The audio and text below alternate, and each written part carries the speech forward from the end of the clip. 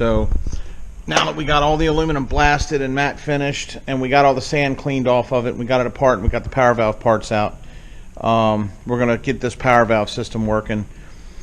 You know, the bore is sketchy. I mean, it has marks in it. It's definitely got damage both from running and from sitting around, but it's had compression when I kicked it, so and it's got decent rings on it that float in the piston. They're not all collapsed and wore out. So I'm going to go ahead and run this bore. I'll probably run it for 10 hours and then throw a top end job at it. And when I tear it down at the 10-hour mark, if it's loose and screwed up, then I'll have to buy a used cylinder or bore it or whatever. But you can't bore it without a sleeve. And sleeves are more expensive than just buying used cylinders if you can find one for a bike this old. This bike is older than most of you watching this video. So the other reason you sometimes have to ditch a cylinder is because the grooves that the power valves ride in. See those ports and those chamfers up in there? These parts ride in them and spin in them, and sometimes they get knockered up and caught, and the pin that goes through this guillotine will bore a slot in the cylinder. You know, see where that wear mark is, right where my thumb's at? So you got to clean all these parts up, spray them with WD-40, lube them, and then work them by hand. If they won't return with their own spring pressure, it's no good. It's not going to run right. If they won't open, you know, easily and fluidly, it's not going to run right. So if you can't get the power valves working, there's no sense in trying to run the cylinder. You got to start over and get a good jug. All right, so I got the cylinder all cleaned up. I went down in those holes with bore brushes and got all the sand out from the power blasts, and you know, put that in a parts washer, got it all nice and sand free and clean. So now we got to do the parts. This is where all the time is in these jobs, guys. I mean, flat raters, when bike repairs, don't deal with this. You know, when they bring me an engine and they say put a clutch in, okay, I take the clutch cover off, put a clutch in, put the clutch cover back on, do an oil change, put a fresh filter on it, and test drive it, down the road it goes. I'm not sanding anything. I'm not power washing or bead blasting or coating or painting anything. You know, you get into this kind of stuff, it's restoration work, you know. It's not what I do for a living during the daytime. It's just not. This is what I do for fun and for you guys on YouTube. You know, this is me giving back to the racing community. You know, I'll be out of racing sooner than later based on how long ago I started. This is my 30th year of competitive sanctioned events. I don't know how much longer I'm going to be out there. So this is a record, guys, of you still being able to learn from us old farts after we're gone. This is leaving the knowledge behind, you know. So subscribe, like my videos. By you doing that, it helps me get it out in front of other people. I don't have enough subscribers to monetize. I don't make any money doing this.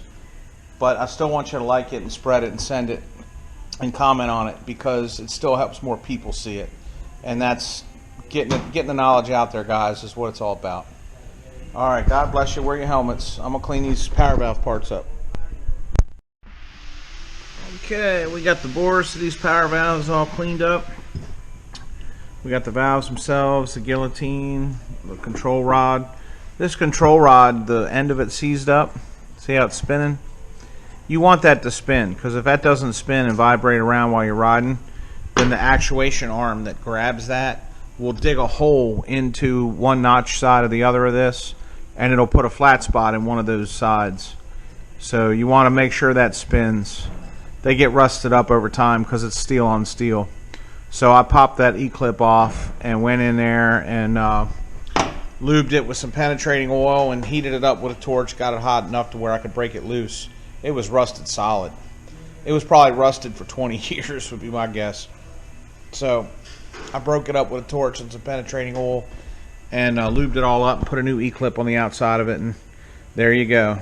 So alright, we got all our valves and gears cleaned up. The gear teeth look pretty good. There's a couple little marks on a couple teeth where carbon got up in there and jammed them up like that right there.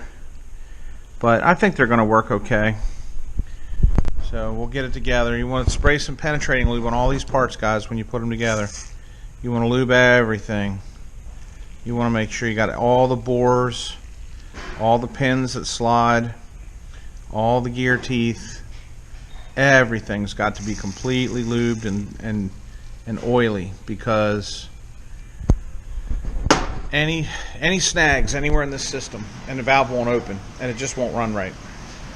And it's also possible that it'll hang open, and then you lose bottom end when you let go of the RPMs, let go of the throttle. So you want these parts to be nice and lubed and nice and free, spinning in clean bores. You know, this product here is a Bell Ray version of a WD-40. I've used Pam cooking spray to do this. I've used vegetable oil. I've used two-stroke oil and just let the extra two-stroke drip down out of it. I've used all kind of different things through the years. And the bottom line is no matter what you do, burnt two-stroke oil is going to displace whatever you put on there. And it's going to get gummed up with heat on the exhaust side of the cylinder, and it's going to need maintenance. Check my RM250 refurbishment videos. I talked a lot longer. I put more video time into doing the power valves on that restoration than I'm going to on this one. So rather than be redundant and say all the same things twice, go check that out if you want a real good explanation of why power valves get dirty and why you got to maintain them. But it does help to put a petroleum-based oil on them when you assemble them. It keeps the two-stroke from building up quite as fast. So you're still going to have to maintain them. You're still going to have to tear it apart and redo it. But you can buy yourself a couple weeks like this. You see on one side of this setup, the teeth are directly engaging on the gear, and on the other side they're missing. That's because they put an intermediary in there. You just put that other gear in there and spin it around. You look for the worn spot, and you put the worn spot on the other side, and you get a second use out of it, because not all those teeth are used every time. But you get that wiggled in down there, and then it's kind of all jammed up now because there's nothing supporting those shafts. But when you put these half moons in there, like this, and like this, and like this, and now all of those axles, all of those gear axles are held in a plane. They're not grinding or getting crooked. And now that they're all held in a plane, look how easy it is to control that rod. I'm doing it with my finger strength, my human fingers. Look at that. So, see that, guys?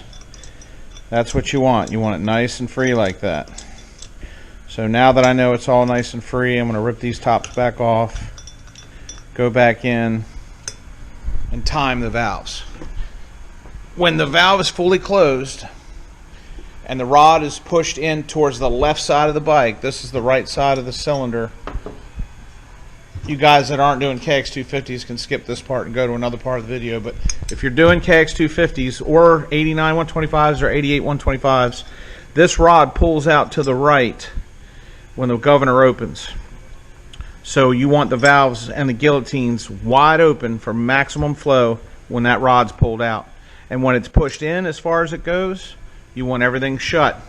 And you want those secondary ports closed so no air can flow out, no exhaust can flow out other than in the main center port. And that's how you maintain the range of your power band. That power band is not a part of a motorcycle. The power band is a RPM range in which these valves are designed to keep the two-stroke flowing and holding the charge back in the cylinder. Alright, I'm going to go ahead and get these valves timed and lubed and seated correctly, and then I'll take one more shot of them showing you what they look like when they're correct. Okay guys, this is what a good looking power valve looks like on a KX. See, the guillotine is down in the closed position. When this governor is spinning slowly, this rod is all the way to the left side of the bike. It's leftmost. This is, we're looking up backwards through the exhaust port. When this engine revs up and the balls in this governor exceed centrifugal force, it does this, and it moves a throw rod. That throw rod pulls this out of the cylinder. When that happens, you can expose more flow on the side ports, and you change the height of the guillotine. See the guillotine? Up, down, up, down, up, down, up, down, up, down. Side port. Open, close, open, close, open, close, open, close. So that's how you get your power valves done on your KXs, guys. I got them lubed up with, today I used Bel-Ray Superior Penetrating Lubricant. I think it's kind of their version of WD-40 kind of thing. That'll keep the parts coated for a while so that we can ride it for a while without too much two-stroke oil cooking and burning up. But like I've said already a couple times, once that oil starts getting hot on that exhaust side, you got 6 months or a year of hard riding before you got to rip it apart and clean it again. All right, you can test. The good thing about the KXs, unlike the Suzukis, well, no, you can do it with the Suzukis too. You just have to pull the exhaust pipe. With the KXs, you pull this little access cover off. This little do-dickly-do right here sits on top of there. You pull that off, and you loosen the little rod, and then you can check that by hand with your finger. You can just see how loose it is. You know, see if it's getting crunchy or not. Alright guys, I'm going to run a hone through that cylinder and spray the debris out from that, and then that cylinder's ready to go. I'm going to do that later though, because right now I got oil coating all inside that bore. I'm just going to leave that oil on there, because it's going to take me a while to get the rest of the engine back together. But there you go, power valves, ready to rock.